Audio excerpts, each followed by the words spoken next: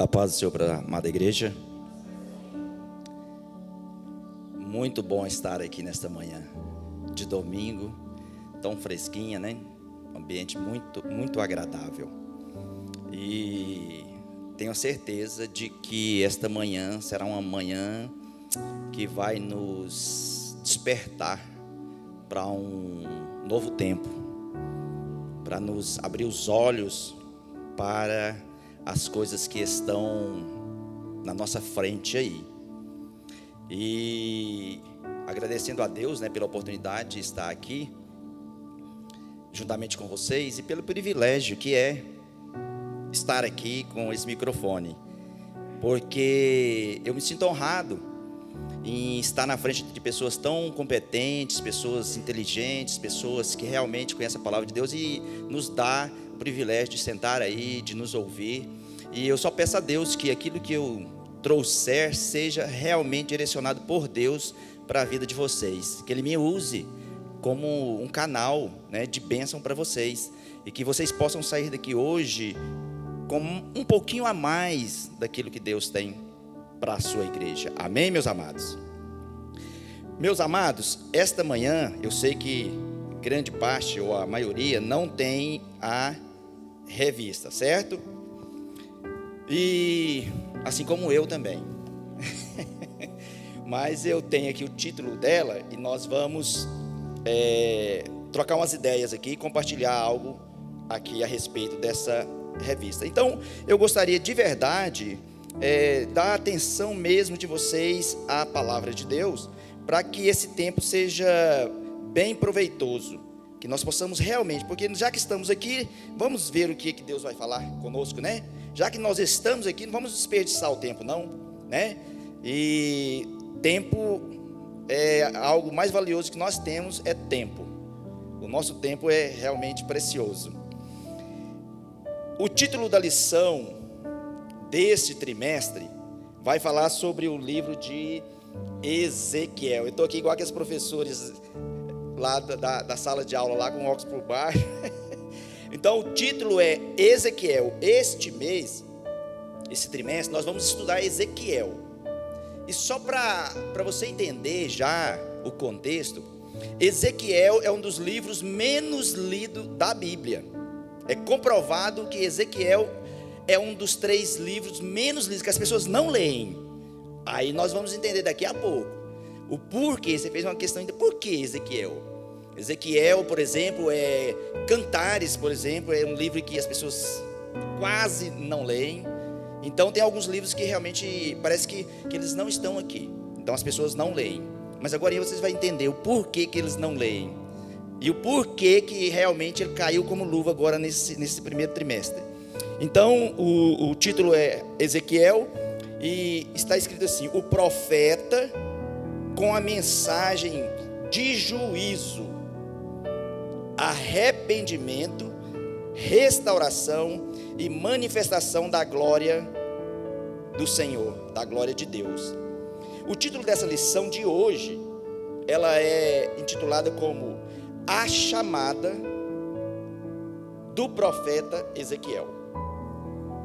O texto áureo diz assim: e disse-me, filho do homem, põe-te em pé e falarei contigo.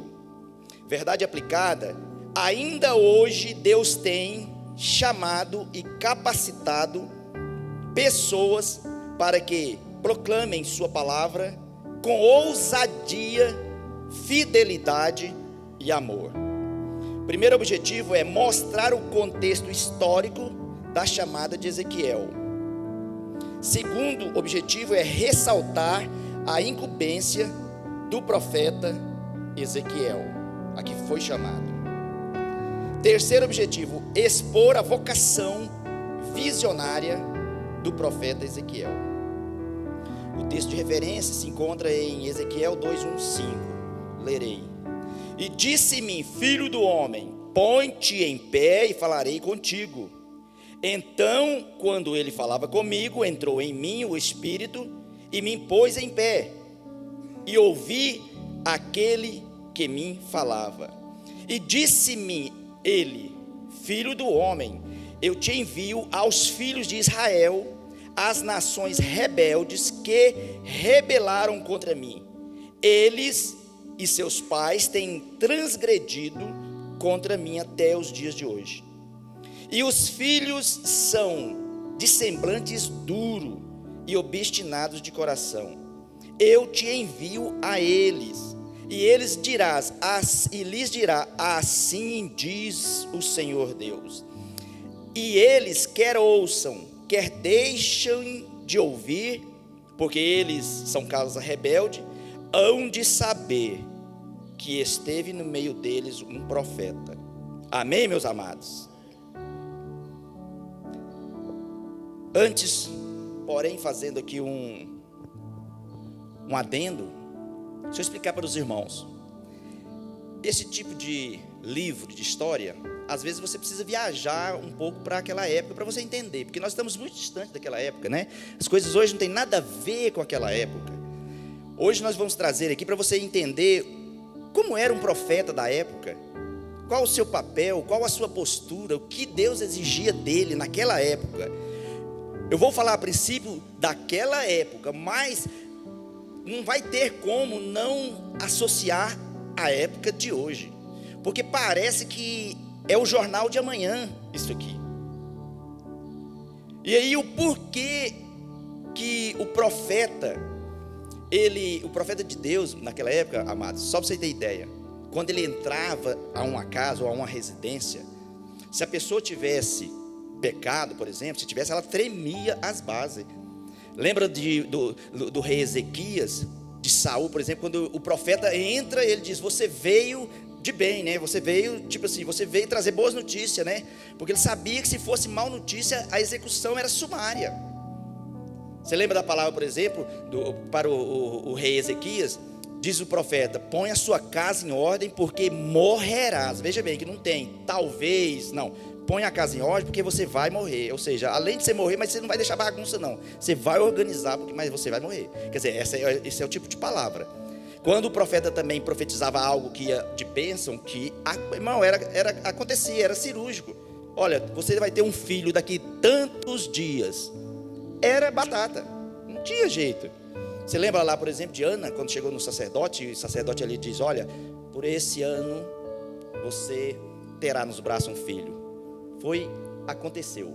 Então, aqui, nesse contexto, a gente vai trazer uma palavra para vocês entenderem como que era o profeta. E cabe a mim, hoje, trazer, na primeira escola, nos primeiros dias do ano, eu diria para você uma palavra, meu amado, que não é a palavra que a gente quer ouvir. Coube a mim, segundo a lição, trazer uma palavra de um profeta que trouxe uma profecia de juízo. E quando você vai ler aqui os 48 livros, você vai entender por que ele foi rejeitado. E uma coisa que é importante você entender, e veja bem, aqui só tem crente, não é verdade? Aqui, graças a Deus que só tem crente, porque eu vou poder falar realmente para crente. Deixa eu te falar o porquê. Profeta não fala para ímpios, para gentios. Profeta fala para o seu povo. A linguagem do profeta é para o povo de Deus. Deus só usa profeta para falar com o povo dele. Porque o papel do profeta, qual que era? Ouvir Deus e transmitir ao povo. Então essa palavra aqui, que Deus usa esse homem, não foi para falar com os gentios, não é uma palavra de evangelismo, não é uma palavra de ganhar almas, é palavra para o seu povo. E uma palavra de correção, uma palavra de dureza. Por isso, tanto Jeremias quanto Ezequiel, que são contemporâneos, foram açoitados, foram jogados no poço, foram amarrados. E várias coisas aconteceram com ele, porque o povo não queria ouvir aquela mensagem. Agora, uma coisa a gente precisa entender: para ser profeta, não pode ser covarde. Para ser profeta, não pode. Covarde aqui no sentido, irmão, de se amedrontar, de fugir da responsabilidade, de ser acometido pelo medo, pela fobia do que vem pela frente, do que vai acontecer com ele. Você entendeu? Então o profeta aqui, por isso que o profeta às vezes até recusava. Vai lá vocês lembram do profeta Fujão, né? Vocês lembram de Jonas? Deus chama ele para o profeta e diz: olha, você vai lá naquele povo e você vai levar uma palavra de salvação para aquele povo. Mas como que eu vou levar a palavra de salvação? Porque os ninivitas, irmão, eram cruéis. Pensa nos homens maus, na cidade mal. Eles matavam seus adversários com requinte de crueldade. E ele sabia disso. Aí Deus manda ele ir lá levar uma palavra de salvação para quem ele queria que fosse morto todo mundo. E ele pega o contrário, porque havia um medo de falar a verdade, ser. Agora, no caso de Jonas, é compreensível, porque ele estava indo num povo inimigo. Agora, o que não justifica é no caso do povo de Deus. Deus levanta um profeta dentro do povo de Deus, e esse profeta tem medo de falar a verdade, porque ele pode ser morto pelo povo de Deus. O próprio povo mata. A perseguição, vocês precisam entender isso de uma forma bem sucinta, porque o maior perseguidor de Jesus não foi os gentios, foi os judeus. Quem assolou, quem açoitou Paulo, bateu em Paulo, e não foi os gentios, foi os judeus. Quem cortou e matou Jesus, matou os apóstolos, foi os religiosos. E a gente precisa compreender isso, porque senão, muitas das vezes, é difícil vir trazer uma palavra dessa, porque a gente vai ter que trazer uma palavra para massagear algo de alguém. Talvez eu tenha que conter minhas palavras, porque eu não sei quem está ouvindo. Porque essa palavra que eu estou falando, ela vai para os serviçais, vai para os mais graduados, vai para pastores, vai para líderes, vai para presidente, vai para todo mundo. E às vezes é difícil falar a realidade por isso. Porque uma coisa interessante, eu vou dizer para vocês precisam compreender isso. Ser profeta, meu irmão, exige coragem, exige saber o que vem pela frente.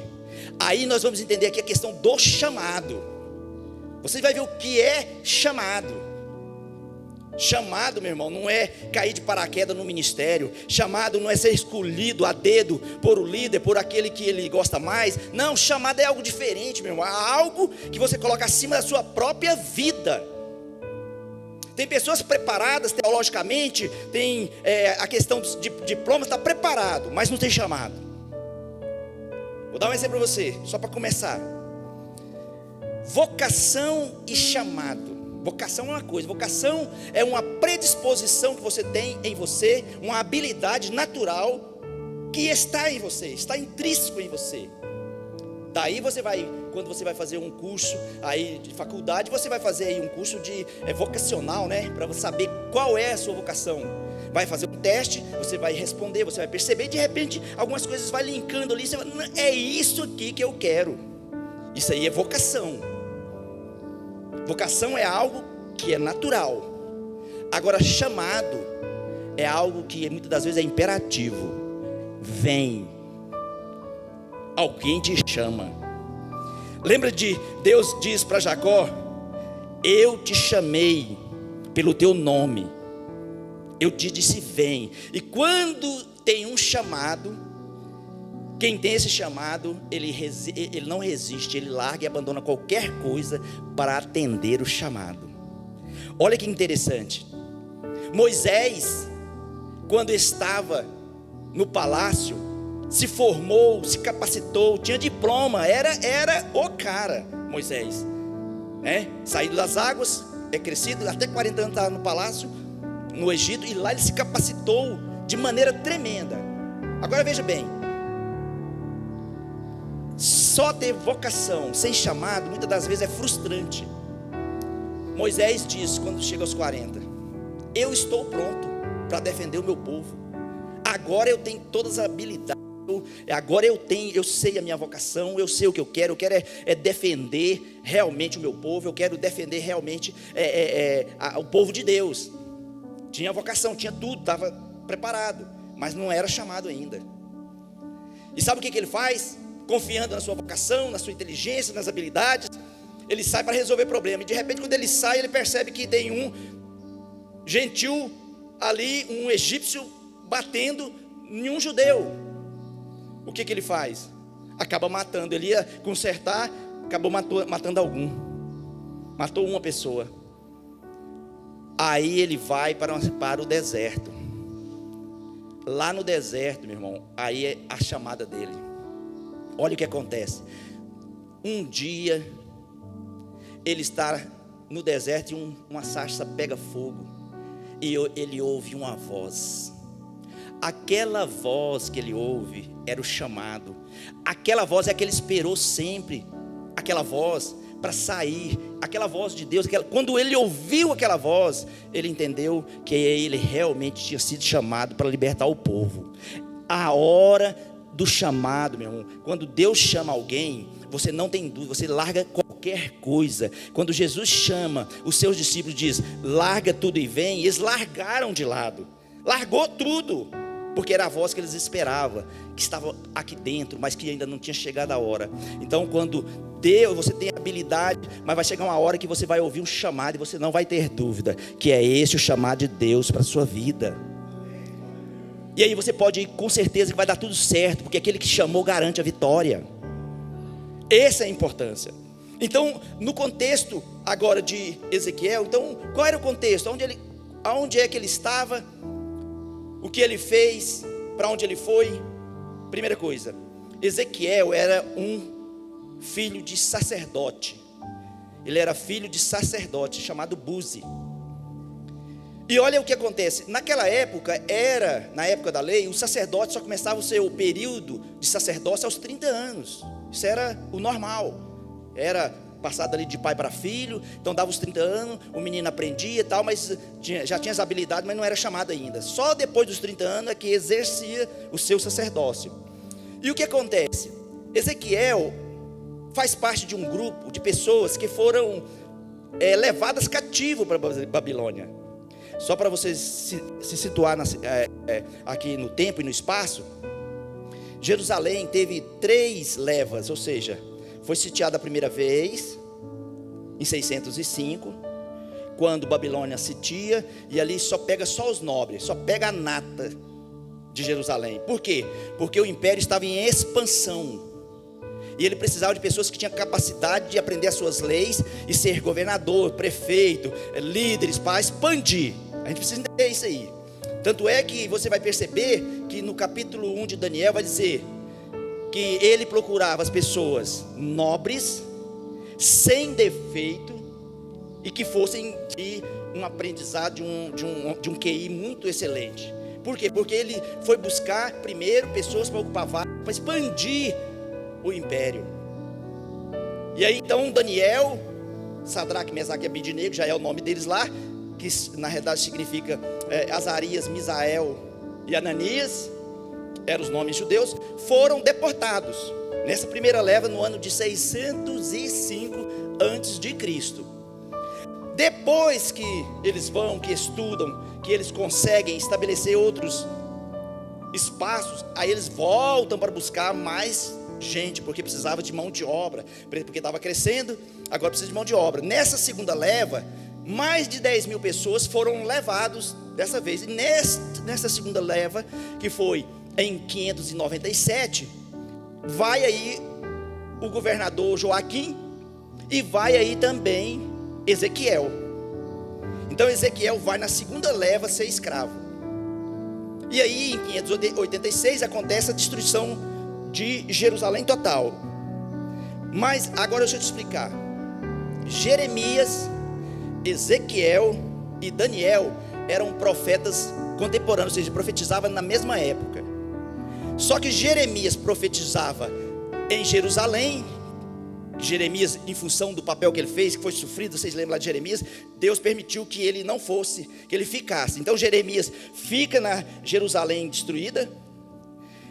Ezequiel profetiza em Babilônia, mas fora do palácio, no rio Quebar, que era na realidade um canal que era feito ali, uma irrigação que era feita no rio Eufrates, da região. Então ali era como se fosse um assentamento, porque os escravos de Jerusalém não foi para dentro da Babilônia, ficou fora ali, plantando assentamentos. E Daniel tinha o privilégio de profetizar dentro do palácio. Então os 3 são contemporâneos, porém um na cidade destruída, um do lado de fora da Babilônia e outro dentro do palácio. Porém, Ezequiel traz uma lição tremenda aqui, no versículo 1 aqui. Ele diz o seguinte, o final ele diz o seguinte: estando eu no meio dos cativos, ou seja, escravo também, junto ao rio Quebar, se abriram os céus e eu vi visões de Deus. Deixa eu abrir um parênteses aqui. O profeta Ezequiel perdeu tudo. Perdeu a sua casa, perdeu os seus bens, saiu da sua cidade, perdeu tudo. Foi sem nada para aquela região, sem nada, sem nem documento, foi sem nada. Mas uma coisa ele deixou aqui bem claro, que nós podemos perder tudo, perder nossa casa, perder nossos documentos, nossas rendas, perder tudo, mas um homem de Deus nunca vai perder a visão de Deus, a visão da palavra de Deus. Você pode perder tudo, mas não perca a visão. É a visão que vai te levar no lugar onde você deve chegar. Porque uma coisa eu sei, e isso tanto para a igreja quanto no nosso pessoal, você só vai aonde a sua visão chega primeiro. Porque quando você enxerga, você deseja.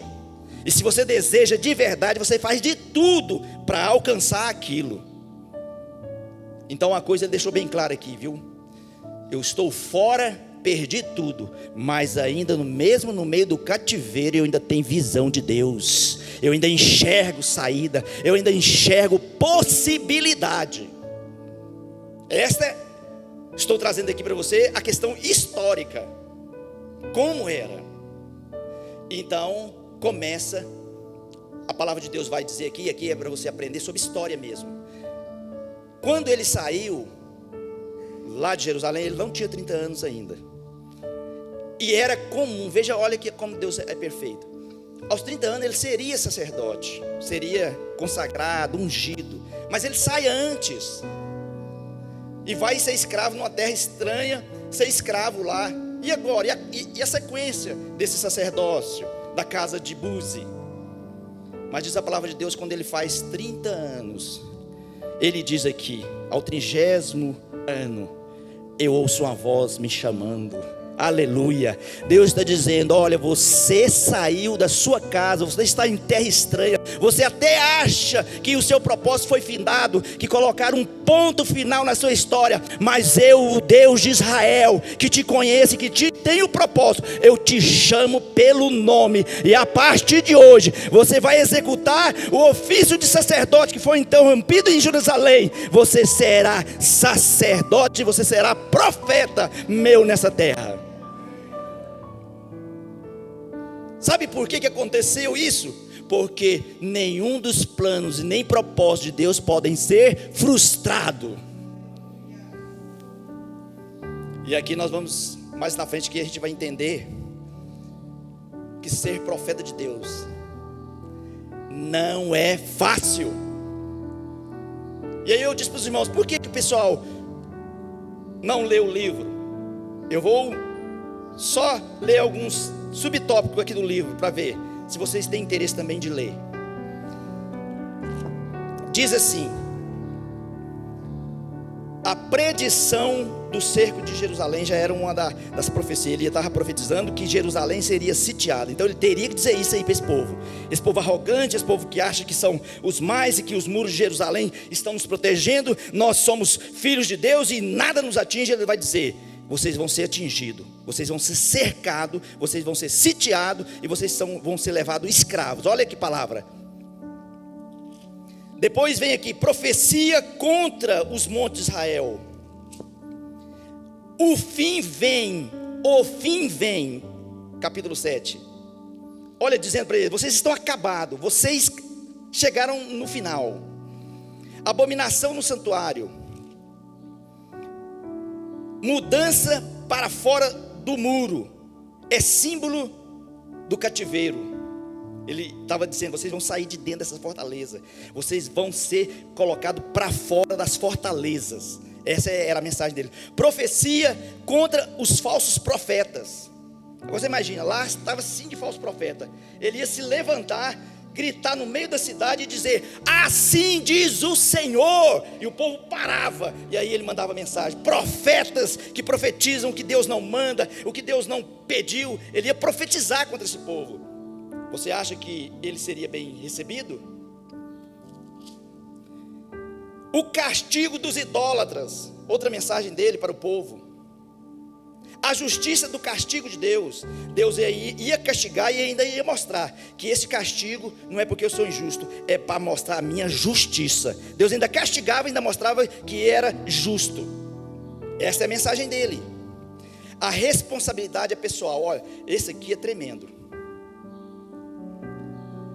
Quando o povo foi cativo, eles começaram a questionar e a culpar os pais, os patriarcas. Eles começaram a dizer que a culpa era dos patriarcas, dos profetas passados. Mas aqui ele vai dizer: não, a culpa é individual também. Você não vai culpar a igreja, o ministério. Você vai se olhar no espelho e vai entender que você também foi culpado, porque você não ouviu a minha voz. Assim como aquele povo. Olha o que Deus diz aqui, irmãos. Eu vou te mandar no meio do povo, você vai levar a minha mensagem, mas já fica de antemão avisado que eles não vão ouvir. Sabe por que eles não vão ouvir? Ezequiel deve ter ficado até espantado. Eles não vão ouvir você porque eles não me ouviu. Não ouviu, o próprio Deus vai ouvir um enviado. Mas Deus diz assim: mas você vai falar. Eles ouçam ou não ouçam, mas uma coisa eles vão ter certeza: passou um profeta neste lugar. Porque quando eles estiverem escravizados lá, ele vai entender: ah, alguém disse. E hoje eu quero ser usado como profeta. Não diga que você não ouviu, que vai ouvir hoje. E uma das coisas a frase aqui que eu quero trazer para você, crente, é que o fim está chegando. O fim vai chegar. E que crentes que são apenas figurantes dentro da casa de Deus ficarão figurantes. Alguém que vem para encher plateia, alguém que vem para fazer volume, ficarão. Porque uma coisa vocês precisam saber como igreja, vocês sabem: a igreja, a eclésia vai sair de dentro de uma igreja. Ou você acha que 100% da igreja vai? Ou você acha que é verdade o que se diz em Goiânia é do Senhor Jesus, Brasil é do Senhor Jesus, em relação à salvação? Não é.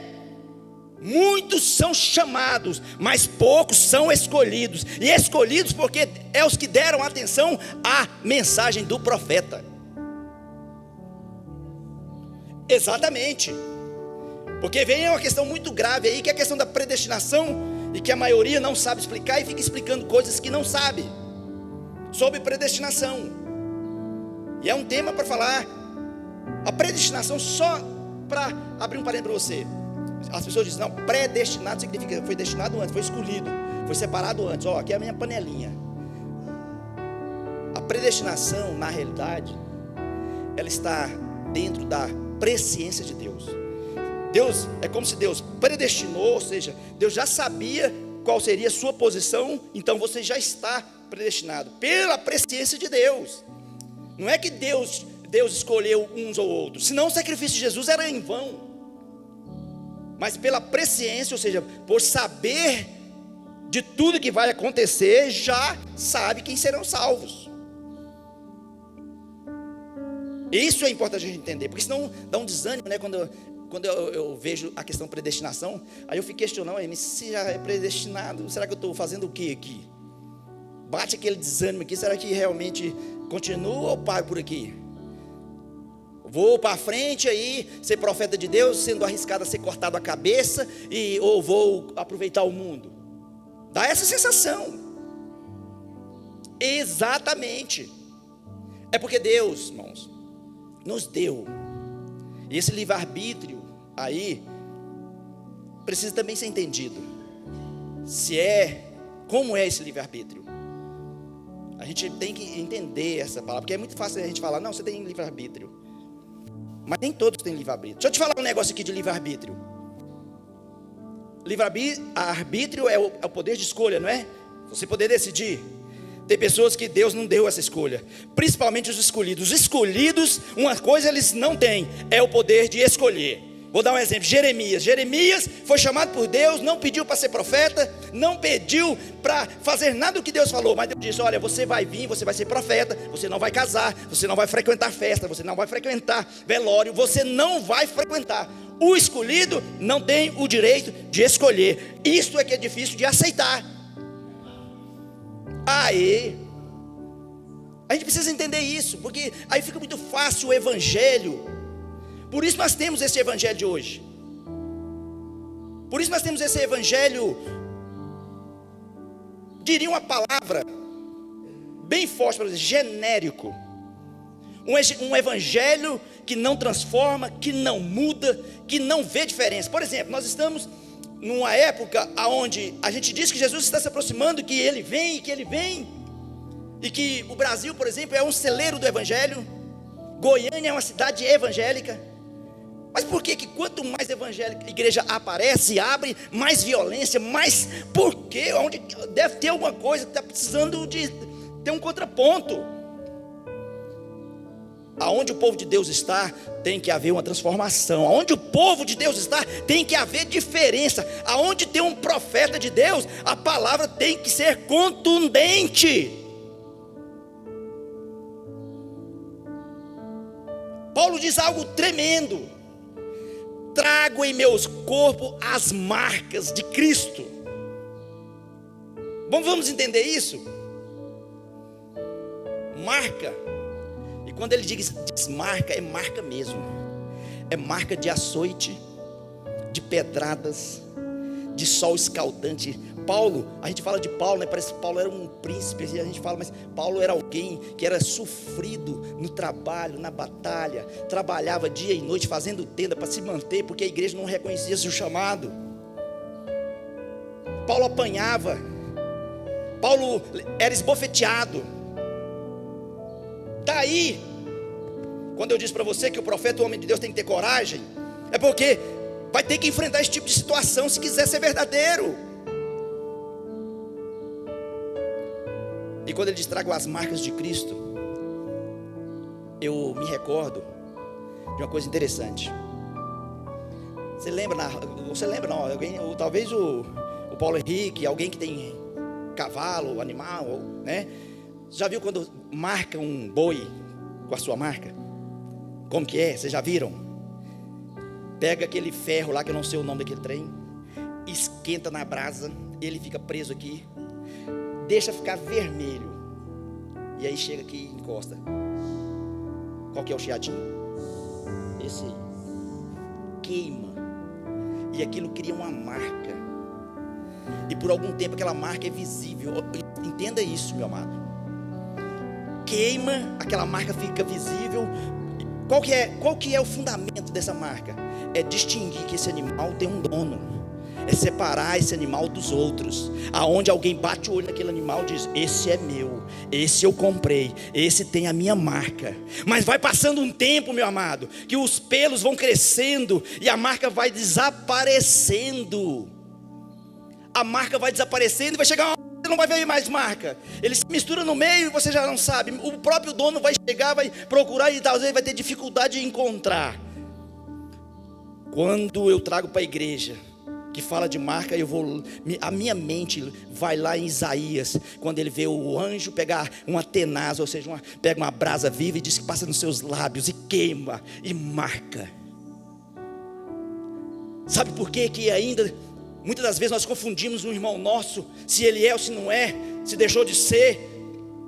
É porque a marca está desaparecendo. E sabe por que a marca está desaparecendo? É porque hoje a palavra de Deus, que é fogo, não tem sido pregada como ela é. A palavra que marca as pessoas. Palavras que marcam pessoas. A palavra de Deus tem que deixar uma marca, tem que ter um JC aí de Jesus Cristo marcado, para quem ver você, enxergar você, que seja no meio da multidão, diz como aquela mulher disse ao profeta Eliseu: lá vai um santo homem de Deus, ele tem a marca de Deus no seu corpo, na sua fala, nas suas atitudes. É ano da retomada. Chegou a hora, meu irmão, de você se levantar dessa posição cômoda, dessa posição de acomodação, dessa posição de procrastinação. Se você quer servir ao reino, chegou a hora é agora, e esta hora chegou, a hora em que Deus procura os verdadeiros adoradores, que o adoram em espírito e em verdade.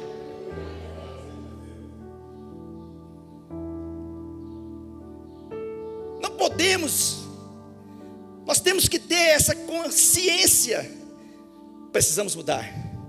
E este ano é um ano que Deus requer de nós mais do que os anos que passaram, porque o dia está chegando a hora de Deus chamar a sua igreja para o reino dos céus. E você precisa estar nessa caravana. Eu preciso estar. Sua família precisa estar. Mas para isso você vai ter que ser profeta, vai ter que fazer o papel de Ezequiel dentro da sua casa. Você vai ter que dizer: meu filho, se você não aceitar essa palavra, meu filho, infelizmente eu não posso te levar.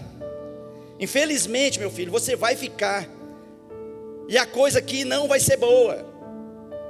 Porque às vezes a gente tem medo de falar a verdade para as pessoas. Não é verdade? A gente tem medo de machucar o ego. Agora, quando fala de chamada, e aqui nós estamos falando de Ezequiel, mas eu estou me referindo a Jeremias, porque uma coisa acontecia com os profetas. O profeta do Velho Testamento, ele tinha que sentir como Deus se sentia em relação ao povo. Ele tinha que sentir a indignação que Deus sentia, porque ele era o canal que passava essa indignação. Porque imagina, Deus indignado chegava lá para o profeta dizer: fala desse jeito aí. Quando ele chegava no meio do povo, coração quebrantado, não queria ver machucar ninguém, aí amenizava a profecia, falava menos do que Deus, fazia um contorno, fazia uma resenha, cortava algumas palavras. Por isso o profeta é alguém que se doa, é alguém que sente o que Deus sente, sente a ira de Deus, sente a raiva de Deus, sente a alegria de Deus, para quando ele transmitir, as pessoas sentir firmeza, segurança na palavra do profeta. Então Ezequiel aqui faz esse papel dentro desse contexto. O tópico 2 vai dizer o seguinte: Deus usa, tópico 2, 1, 2 e 3. Deus usa quem quer, quando Ele quer e aonde Ele quer. Aqui mostra a soberania de Deus. Deus usa quem quer, aonde e quando. Ou seja, Deus estava usando um profeta na cidade destruída, um no cativeiro, um dentro do palácio. Todos os profetas, mas Deus usa quem quer dentro do palácio, quem Ele quer no cativeiro, quem Ele quer na cidade ruída. Deus usa a nós todos, ou pelo menos quer usar, tanto no lugar nobre, na empresa, na favela, dentro de casa, em qualquer lugar. É isso que a gente precisa entender. Agora, para Deus usar, você só precisa de estar predisposto a aceitar o chamado. Quando Ele disse vem, quando Ele diz vem, aí se você tiver, Ele vai te usar. Deus usa qualquer um, usa. E às vezes na nossa prepotência, na nossa altivez, a gente acha que Deus usa é daqui para cima. Deus usa pessoas que estão aqui nesse patamar aqui. Não, meu irmão, Deus usa quem quer. E principalmente quando os de Deus não quer fazer, aí Ele usa qualquer um. Quer um exemplo? Chega um dia um homem, certamente faltou coragem, faltou profeta em uma terra. Deus usa um homem, e o homem chega na cidade e diz: olha o recado do homem de Deus. Chega no meio do povo e diz: eu não sou profeta. Primeira coisa, vamos dizer aqui, os irmãos já viram aqueles filmes, geralmente de rei, rainha, quando o mensageiro chega na praça, e a praça está cheia, e aí toca uns clarinhos, dá um som para todo mundo ficar, aí ele pega um rolo e abre, e aí ele lê: assim diz o rei. Um homem chamado Amós chegou numa cidade, subiu num palanque, talvez lá no chafariz do centro da cidade, subiu na torre, subiu em cima lá da estátua do bandeirante, ficou bem alto e gritou. Primeiro o povo foi chegando para ver o que era aquilo, que profeta às vezes para ser ouvido tem que fazer coisas que as pessoas nem imaginam para ser ouvido. E ele sobe lá e diz: eu não sou profeta, nem filho de profeta, mas assim diz o Senhor a vocês. E mandou a mensagem. Deus usa quem quer. E muitas das vezes a gente fica limitando. Se o irmão Daniel subir lá, eu não vou receber porque Deus não chamou ele. Eu gosto de ouvir o outro. Eu gosto de ouvir a outra. Deus não usa ele. Amado, deixa eu falar para vocês. Deus usa quem quer e onde quer. E com uma diferença: a mensagem que Ele quer falar, alguém vai falar. Eu posso até omitir, eu posso até esconder, mas alguém vai levantar e vai falar.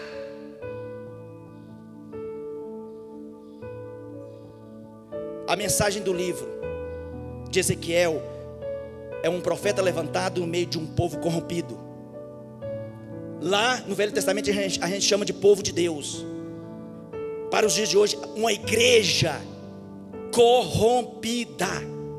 E quando eu digo igreja, e eu sei que vocês entendem, mas é bom a gente falar com as letras grandes, talvez até desenhar, porque tem pessoas que não compreendem. Quando eu digo igreja, eu não estou dizendo da eclesia, da igreja de Deus, a celestial, a pura, aquela que vai morar no céu, da igreja institucional e denominacional. Igreja e instituições corrompidas, que não tem coragem de levar uma palavra de salvação, que não tem coragem. Tanto é verdade que quando você traz um culto que aponta salvação, oração, santificação, a igreja fica vazia. Mas a mensagem que enche é a mensagem da prosperidade. Se vai ter mensagem de prosperidade, e se vai alguém lá pregar, que é alguém que entrega chave, que entrega apartamento, que entrega, a igreja não cabe. E muitos profetas entram por esse caminho errado, por medo, por covardia, de pregar o que interessa, a salvação de um povo que está escravizado no pecado. Trazendo para o final, e é claro, com objetividade,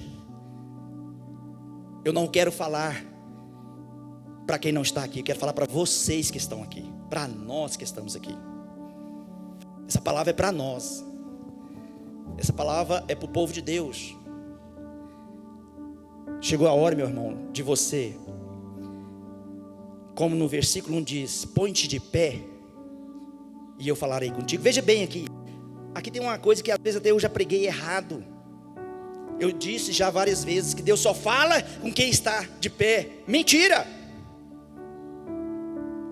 A condição de estar de pé aqui é o seguinte: Deus estava dizendo para ele, nas entrelinhas: Ezequiel, você será um profeta no meio de um povo cativo, escravizado, cabisbaixo, que estão com a autoestima baixa. Mas você, como profeta, mesmo estando no cativeiro, você precisa de estar de pé, porque você é um atalaia minha naquele lugar.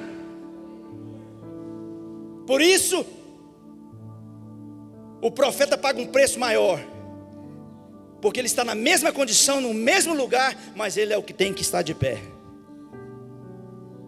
o líder, as coisas podem estar afundando. O capitão do barco, o barco pode estar à deriva. O pessoal, a tripulação está doida, apavorada, correndo, jogando as coisas fora. Vou morrer. Mas o capitão, ele tem que estar alinhado, passando segurança, dizendo: nós vamos passar pela tempestade e chegar do outro lado. Você é um líder, é um profeta dentro da sua casa. Talvez você olhe para sua casa, as pessoas estão desesperadas, achando que tudo vai acabar, que já foi tudo pro brejo. Mas você mesmo até pensando, talvez que vai, mas você vai colocar no coração o sentimento de Jó: eu sei que o meu Redentor vive e Ele vai nos salvar. Você é essa pessoa. Então em 2022, que estamos começando, eu quero te dizer e chamar a sua atenção, segundo a palavra de Deus. Se levante como profeta. Se levante como alguém que tenha coragem de levar evangelho, de levar salvação, de levar uma palavra que as pessoas precisam de ouvir, porque nós não estamos tendo muito tempo mais. Chegou o fim. Só não vê quem não quer. Pandemia. Olha só o Brasil, as enchentes. Agora outra cepa de gripe. Lá fora, geada. O mundo está de perna pro ar, meu amado. Chegou a hora de ser profeta. Chegou a hora de pedir a Deus coragem para ser um profeta que tenha a revelação e que não se importe com os ruídos, com aquilo que não agrega, que não soma. Lembra aqui que eu disse da questão da individualidade, quando ele diz: olha, a nação pecou, mas foi individual também. Irmãos, sendo verdadeiro com vocês aqui, que eu sei que são pessoas crentes, meus queridos, vocês não são pessoas que precisam mais de qualquer um estar chamando a atenção por coisas triviais. Uma igreja que é consolidada, uma igreja que tem pessoas aqui com 10, 15, 20 anos, 30 anos, 40 anos, 50 anos, 55 anos no meu caso, nasci dentro da casa de Deus, e até hoje eu tenho que ouvir, por exemplo, alguém dizer: não fala mal do seu irmão que é pecado, meu irmão. Meu irmão, não faz isso que é pecado. Nós não precisamos mais disso. Somos salvos, a palavra diz: vós sois limpos pela palavra. Agora é o que fazer dessa palavra para ganhar outros. É crescimento, é expansão. Não é preocupação com a minha manutenção. Nós chegamos à hora de expandir, abrir as portas da arca da salvação, para ver se entra o máximo possível antes de soar a trombeta de Deus. Que Deus possa abençoar vocês, a cada um de vocês, que neste ano de 2022, vou usar uma frase aqui com uma palavra que o pastor Brenner trouxe, porque nessa virada a gente sempre faz aqueles projetos, né? O pastor Brenner trouxe uma palavra interessante, que se você não mudar de atitude dentro da sua casa, no seu serviço, aqui na igreja, o que vai mudar só é o calendário. A sua vida continua do mesmo jeito. Então precisa que você se coloque na posição de dizer: eis-me aqui, Senhor. Eis-me aqui, Senhor. Que Deus possa abençoar você, a sua casa, neste ano 2022. Que a sua mente seja aberta, que os seus olhos sejam abertos para enxergar o seu chamado no ministério que Deus tem para você. Que Deus abençoe a cada um de vocês de verdade, e que esse ano você veja de verdade a mudança da sua casa, que você veja de verdade a mudança no seu ministério, que você veja as coisas ficarem palpáveis. Que seja um ano de realização. Que Deus abençoe a cada um em nome de Jesus. Amém. Amém, Jesus.